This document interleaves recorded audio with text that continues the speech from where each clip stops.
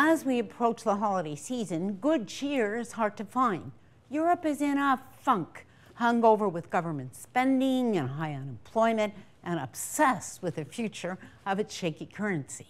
South of the border, President Obama and Treasury Secretary Geithner regularly lecture Europe about its profligate ways. But the U.S. has yet to break the deadlock over its own budget woes, and its politics seem as broken as ever.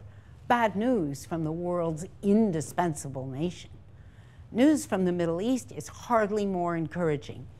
The young idealists who occupied Tahrir Square last January now face a parliament dominated by the Muslim Brotherhood and the Salafists.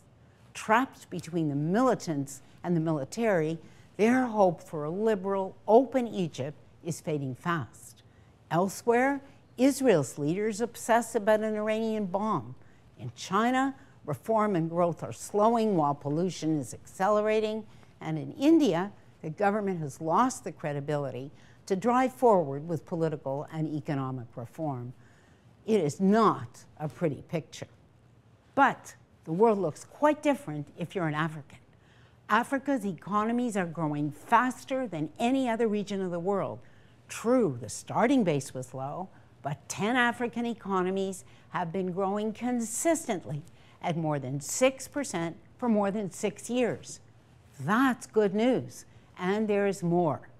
Trade with the rest of the world has grown by 200% in the last 5 years.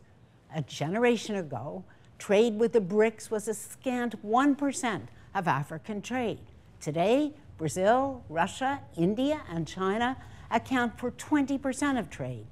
That means Africa can bypass the troubled economies of Europe and the United States and still grow.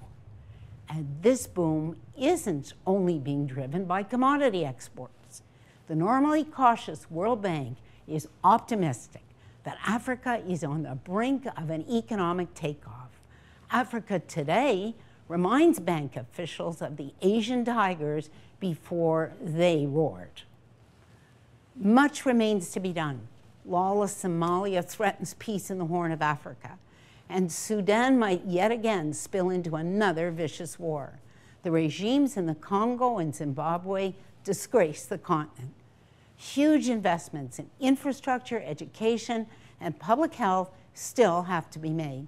These aren't small worries, but alongside these concerns is a growing sense of optimism, especially among young Africans, that their future will be much better than their past.